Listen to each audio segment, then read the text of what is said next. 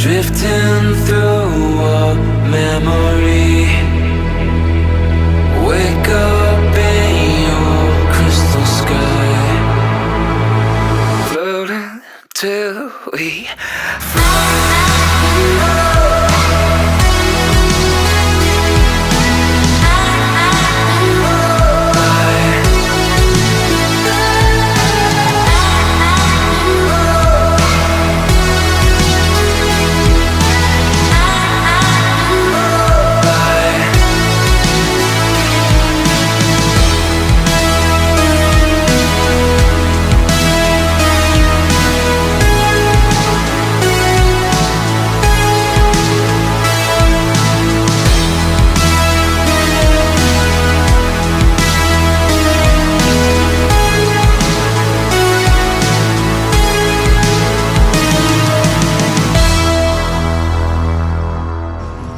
Hi Jet!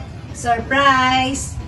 Nagkita lang tayo kanina or habang piniplay ito kahapon. So, happiest birthday my dear sister, and may you have many more birthdays to come. Oh, 60 ka na. Meron ka na ring senior card, no? Para magamit mo. Okay, I wish you all the best. Happy birthday ulit. We love you, sister. Hello, Ate Jet. Happy birthday. Ang wish ko sa'yo, good health. Pagbutihin mo lagi na maging maayos ang pakiramdam. Ang meditation, huwag kalilimutan. And congratulations for your being a dual citizen. Happy birthday. Di umano ay birthday na ni Ma'am Jet. Kaya happy birthday, ma'am. More signatures to come.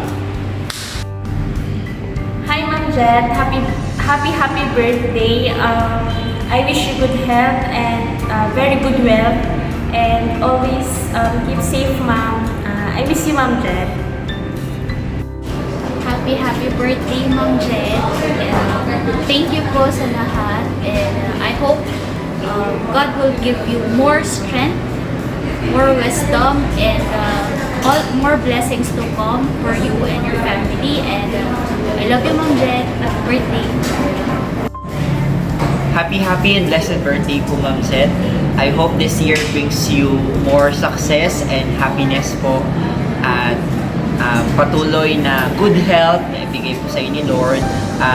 Alam niyo po yung mga prayers ko sa inyo, and sana po ay wag po kayong ma-stress sa lahat ng mga trabaho dito sa office, sa mga liquidations, at enjoy nyo lang po yung buhay, Ma'am Jet. Makipag-date ka, manood ka ng sine para ma-enjoy mo yung mga senior citizen benefits mo, more happiness and more dilig this year.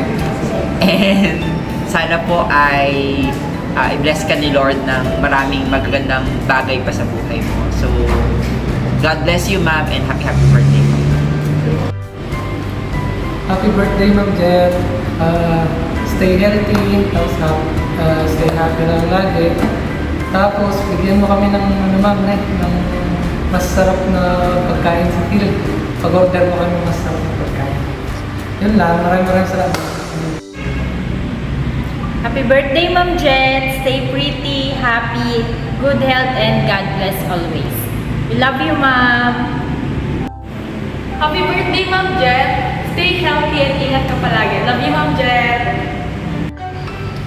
Happy birthday, Ma'am Jet. Wish you good health, happiness, more money, and a long life. Stay pretty, Ma'am Jet. Hi, Ma'am Jet. Happy birthday sa aming napakasipag na canvasser. Stay mabait and healthy. Love you, Ma'am Jet. Happy birthday, Ma'am Jet! Ayan, si Ma'am Jet kasi dati, nagkasama na kami sa admin and paro office. Tapos ngayon magkasama na naman tayo dito sa PBD. Ayan, welcome to the senior club, Ma'am Jet. God bless! Happiest blessed birthday, Marico! Welcome to senior citizen. Enjoy your life, good health, and more years to celebrate. Love you. Mwah, mwah. Happy birthday, Mom Jet. Wish you good health. Love you. Hello, Jet. Happy birthday. I wish you for many more happy birthdays to come. God bless you. Happy birthday, Bakit! Juliet! Happy birthday, Juliet! Happy birthday, Juliet! Happy birthday, happy birthday, happy birthday, Juliet! I love you, Bakit! 60 na tayo, malapit na! God bless you! Sana mahaba pa ang buhay mo, Bakit? Kasi mahaba pa ang buhay natin. God bless you and happy birthday, Bakit? Thank you, Mama, chup chup. Happy birthday, best friend. Alam ko, blessed ka kasi na-reach mo na yung isang milestone sa buhay mo, yung pagiging senior, dual citizen ka na gano'n din. Trivia lang, kasi nagkakilala kami ni best friend. Best friend, tawagan namin, hindi na kami masanay na tawagin siyang Jet. Hindi rin niya ako tinatawag na J-Link, basta best friend. Nagkakilala kami, siguro 23, 24 years old. Tapos nagsimula kami sa admin na magkasama. Tapos naghiwalay kami kasi napunta ako sa Paro office. Siya naman napunta sa operations division yata noon. Dito, matransfer ako nung, hindi ko na natatandaan kung anong year yun na matransfer ako sa PBB. Doon kami ulit nagsama. Meron din akong kwento na nag-study leave kasi ako noon. Pareho pa kaming dalaga ng best friend. So, nag-study leave ako. Tapos parang hinintay lang niya ako na makawala sa tabi niya para makapag-asawa siya. Kasi pagbalik ko after 1 year, ikakasal na pala siya. Alam ko naman masaya siya sa buhay, pamilya mo. So now na nandyan ka na sa, ito ulit, 60 talaga bilang senior citizen. Lagi kong dinadasal na healthy ka at huwag ka muna mag-retire best friend. Hintayin mo ako na kasi pag umalis na si Ate Emily, tapos nawala ka, parang ako na lang mag-isa, parang puti ata yun. So sabayan mo. Kakayanin mo ba yun hanggang ako naman makaabot na 60. Maswerte ako kasi ikaw din yung naging best friend ko sa office. At saka, para hindi na tayo nagtutuloy ng mga best friend kasi yung pamilya ko at saka pamilya ko, very close na rin. I would wish na